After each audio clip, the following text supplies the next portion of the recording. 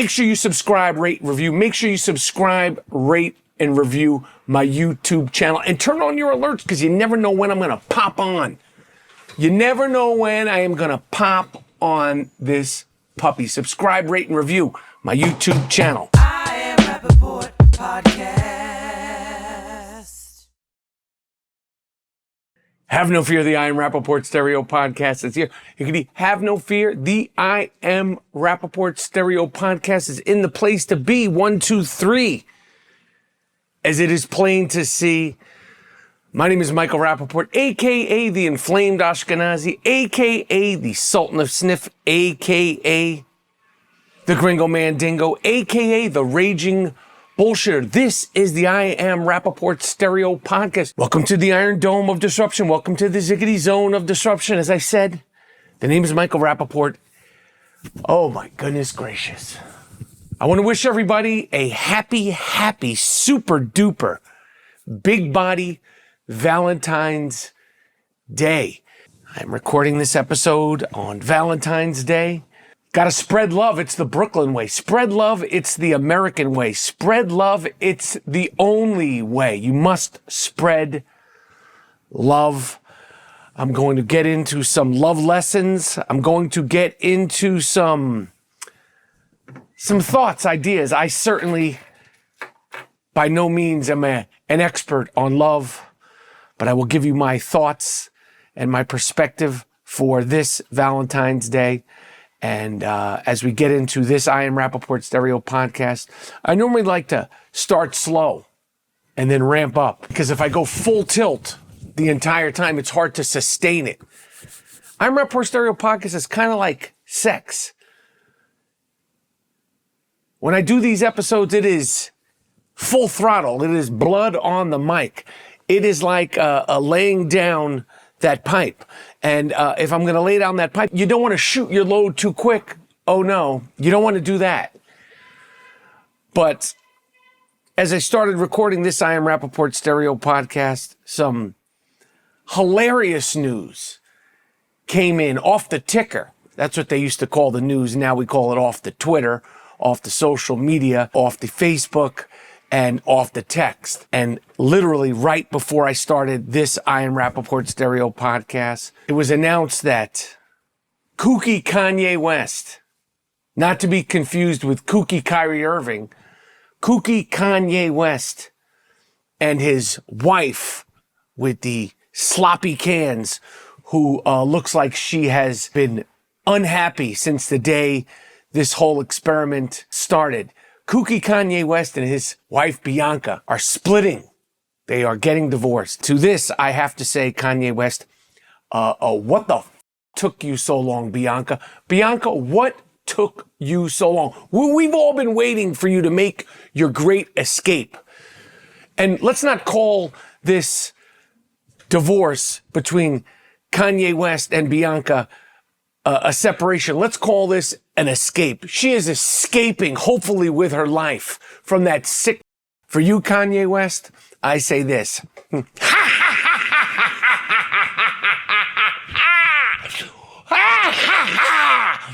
Oh my goodness. Kanye, oops, you did it again. You ran another civilian out of your life. She jumped the fence. Bianca has jumped the fence.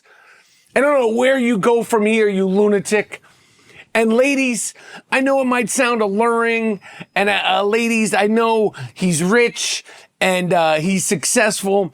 Do yourself a favor. Do not climb into the crocodile pit. Do not climb back into the zoo. Because if you do, you're going to wind up running for your life like Bianca is apparently doing right now. Apparently, she's on that Thelma and Louise, that Run, Lola, Run, but it's Run, Bianca, Run. She's out. She bounced. She's on that Carl Lewis, that Edwin Moses. She's gone, baby, gone. She's gone, girl, gone. She flew the coop.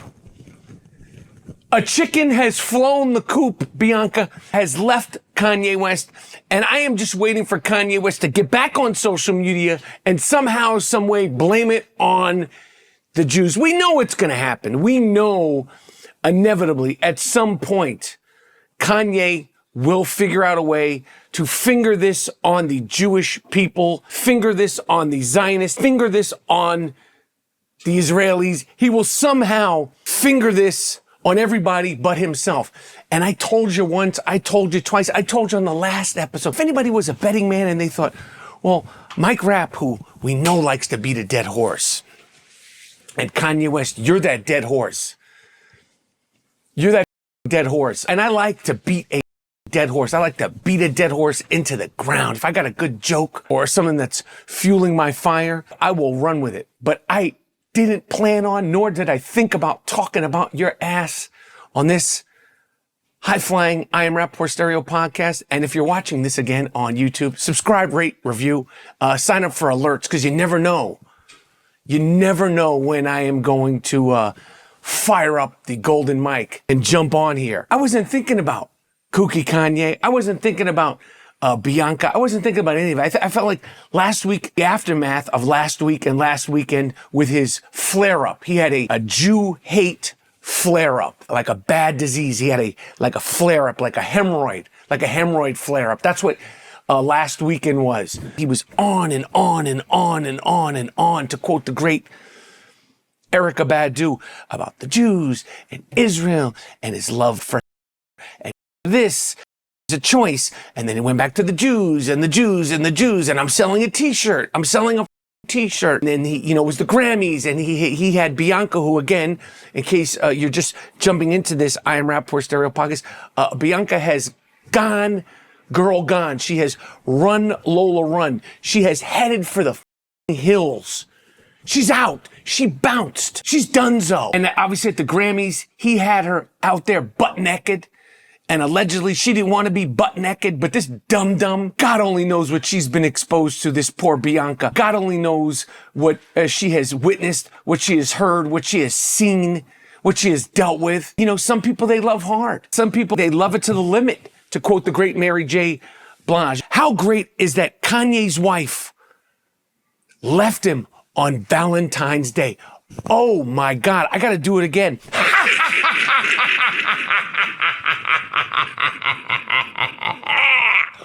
On Valentine's Day, she said, I don't want the roses, I don't want the rings, I don't want the jewelry, I don't want the cars, I don't want any of it.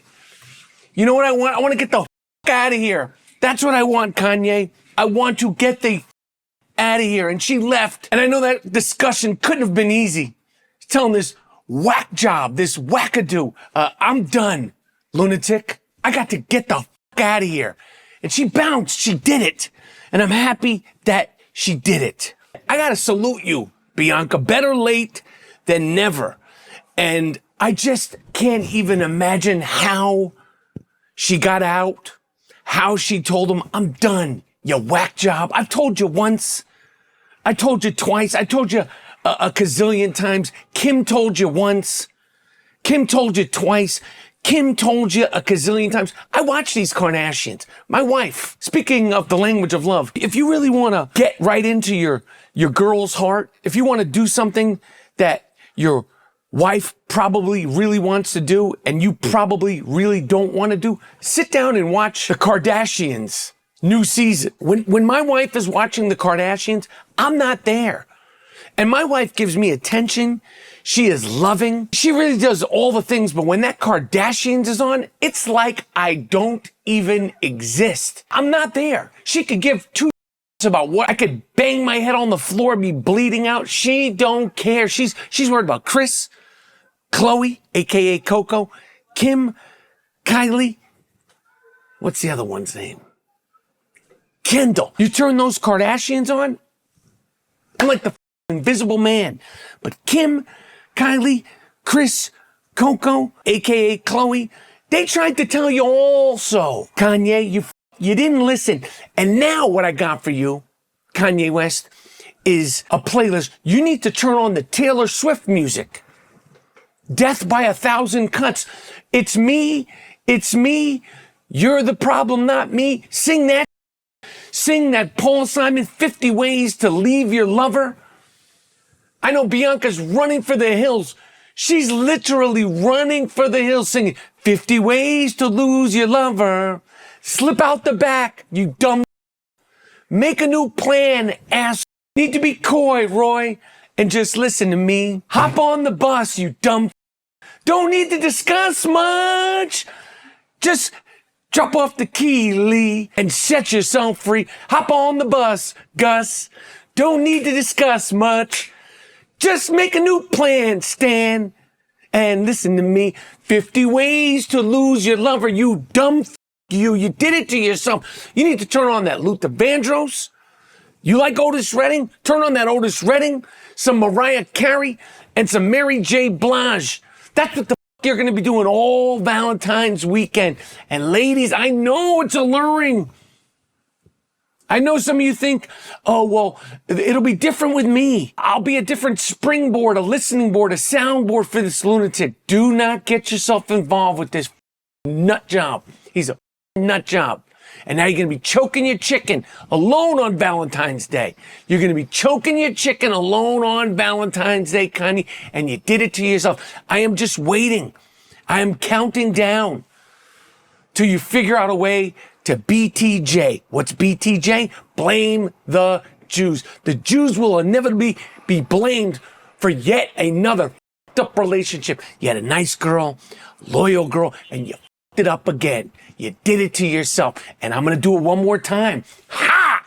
Ha! Ha! Ha! Ass. Ha! What else is going on? Dallas Mavericks fans. Dallas sports fans. What's going on, guys? We're still, all of us, collectively, the sports world, the NBA world, it's still shocking that Bazooka Luka Doncic got traded mid-season out of nowhere from the Dallas Mavericks, who were in the NBA Finals just a few months ago. Trust me, we're all still putting the pieces together. Talk about a breakup. Talk about heartbreak. We get it. Dallas Mavericks fans, Kanye West, you guys have something in common. You can bond over this. Still doesn't look like his total normal self playing with the Los Angeles Lakers and LeBron James, but we have to move on. I know you guys have been injury plagued, and I've said it once, I've said it many times, that Dirk Nowitzki, Jason Terry, Dallas Mavericks team that dismantled the aforementioned LeBron James for that championship, that chip, man, one of my favorite NBA teams of all time. I rock with the Dallas Mavericks. I've always rocked with the Dallas Mavericks. Orlando Blackman. I've always been a Mark Aguirre. I've always liked the Dallas Mavericks.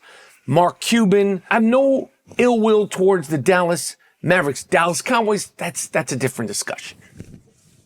That is a completely different discussion. Growing up, of course, when it felt like only two teams in the world when you're a kid, especially pre-ESPN, pre-computer, pre-internet, blogs, vlogs, sports, everything, it seemed like there were only two teams in the Super Bowl every season. It was the Dallas Cowboys and the Pittsburgh Steelers. And I rooted hard body karate for the Pittsburgh Steelers. Terry Bradshaw, Franco Harris, Rocky Blyer, John Stallworth, Lynn Swann, Jack Lambert, Jack Ham, Mel Blount, all of them. And I'm glad they beat the crap out of the Dallas Cowboys. I can't stand the Dallas Cowboys. Tom Landry, Tony Dorsett, Hollywood Henderson, Ed Too Tall Jones, Emmitt Smith, Michael Irving, Troy, and on and on and on and on. Tony Romo, who I love as a broadcaster, I bashed him. Social media era, Tony Romo, I bashed him. They tried to give him like some sort of retirement parade. I was like, why? Because he's a nice guy? He did nothing. He did nothing for you guys. I say that with all due respect. But the Dallas Mavericks, I like them. The shock and awe, the heartbreak of Luka being traded, the shock and awe of Anthony Davis coming to Dallas, having a great game and then getting injured, and injury after an injury after an injury. You got to chill. I feel like the Dallas Mavericks are letting their disappointment, frustration, their letdown from season after season of Jerry Jones running the football team into the ground, making decision after decision after decision. Do not forget, Dallas sports fans, it was not Mark Cuban, the ownership, even this guy Nico of the Dallas Mavericks, who decided to sign Dak Prescott the morning of opening day this NFL season. That was Jerry Jones. That was Jerry Jones. Okay? Do not forget that it was not Nico, whatever his name is, Mark Cuban, the Dallas Mavericks, anybody from the Dallas Mavericks organization's fault to not sign Derek the Truck Henry. You could have signed the Truck. You saw what the Truck did in Baltimore. Do not forget, do not blame the Dallas Mavericks organization for waiting till the last minute to sign C.D. Lamb. Jerry Jones. That was Jerry Jones. How about them boys? I feel like you guys need to focus at least some of your frustration, even though we're talking about two different sports, on Jerry Jones and the Dallas Cowboys. The heartbreak of you guys stinking for the last few seasons. I like it. I personally like it. But you guys are, wasn't it Nico Collins? Is that his name? Nico? The GM, the president of basketball, you guys got him. He's got security. This guy Nico's got police outside his door. You're heckling him. You're heckling the ownership. You're protesting this. You're protesting that. Where is that energy for Jerry Jones? Jerry Jones needs to be protested too. Jerry Jones is an old piece of still making every single decision for who? America's team. And America's team, no disrespect, is not the Dallas Mavericks. America's team is the Dallas Cowboys. You need to focus and give at least some of that energy to Jerry Jones and the Dallas Cowboys. Got to point some fingers. Give him the same kind of energy you've been giving the Dallas Mavericks ownership and management. At least some of the same kind of energy. What else is going on? Valentine's Day. I said I was going to give you some of my tips. And I will tell you that watching the Kardashians with your girl, I can only give you a perspective of a girlfriend or a wife. But this Kardashians, keeping up with the Kardashians, or just the Kardashians, I don't know, they renamed it, revamped it. I am telling you, sit there, don't say a word. You don't have to go to the Valentine's Day store. You don't have to get any rings, chocolate. Just sit there and let your wife, your girlfriend, watch the Kardashians. I am telling you, it puts them in some sort of trance. That show literally puts them in some sort of meditative state. And my Valentine's Day language of love advice for 2025. Yes, dear. Yes, sweetheart. You're right. Don't argue. You're not going to win. I know you think you're going to win. You're like, well, I don't have to compromise myself. Yes, you do. You need to compromise yourself. You're not going to win. You're not stronger than your wife. You're not smarter than your wife. You might think you're stronger than your wife. You might think you're smarter than your wife.